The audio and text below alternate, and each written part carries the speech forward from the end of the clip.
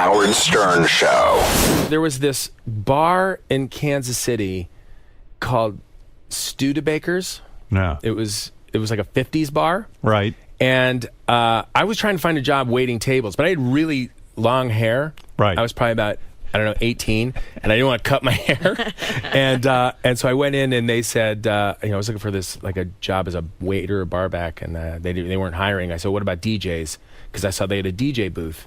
They go, well, actually, yeah. And then they would do these things called show times, where every hour you had to stand on the bar and do like hand jive, like one of those cheese ball kinds of things. But I wound up auditioning to DJ. Did you know anything about music? Did you know what to play? I knew like some 50s music. Yeah, right. I had a pretty good idea of the music to play, but because you got to get people up and dancing, isn't that your job? Yeah. But this was a bar that thankfully I didn't have to try and get people up and dancing so much at this kind of place. Right. But I wound up having to wear like a 50s pompadour wig because I wouldn't cut my hair, and they wanted me to look. It was just sucked. You must have looked really cool. But then, really cool, like an Elvis wig, like an Elvis wig.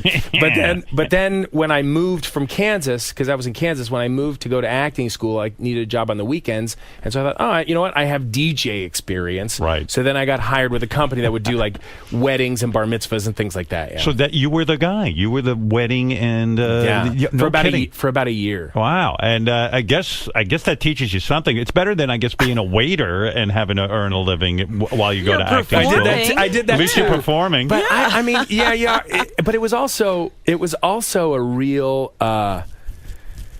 Where was? What was your character's name? Donnie the Dweeb or something? Well, I had done. It was a job that I didn't love it that much, and I always felt a little bit like, oh God, I got a bit of a douche. I'm like trying to get these kids out on the floor, and yes, that was where I got to keep the party going. Yeah. And then I remember I had 2 bar mitzvahs in one day.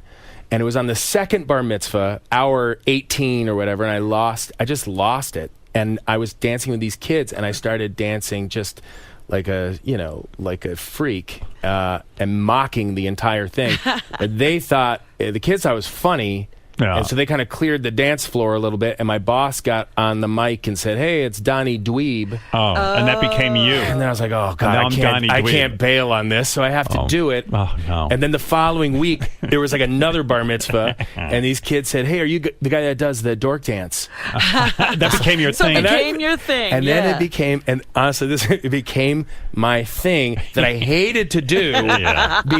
But then I would get requests, and if I got a request to DJ a party, I'd get an extra $100. Well, it's kind of probably like Led Zeppelin goes out on tour. No, well, not that's a bad example, but like if they have to do the same this song. was not anywhere nearly as cool as the one song they hate doing. You hate Donnie the Dweeb, and yet he's your meal ticket, Donnie the Dweeb. Yeah. You gave up DJing though when you lap danced a 13-year-old girl, and you realized well, that was it. It got to the point where my boss said, "Look, so and so's getting this bar mitzvah. Can you come in and host it, DJ it?" And I said, "I can't. My friends are coming in from out of town that weekend, so one weekend I need off." And he said, "Well, look, if you come by and just do the dork dance, I'll give you $25." Oh wow! Well, you can't turn that down. Right. So I said, "Yeah, all right, fine." So I went with my friends to this party, to this bat mitzvah, and I go, "We just got to run in here for a second, guys." I wasn't even aware. I was already so deep in it at this point that I wasn't aware of really just how weird the whole thing was. So then I pulled this girl out into the crowd on the dance floor, put a chair down, and it's surrounded by hundreds of people. And then they play music, and I essentially gave her like this lap dance as wow. and my friends were legitimately disgusted. They didn't even find it funny. We walked out and they go, What was that? What the fuck just happened? You've lost your mind. Yeah. What are you doing? Yeah. And that was it. I'm like, and all of a sudden it was this,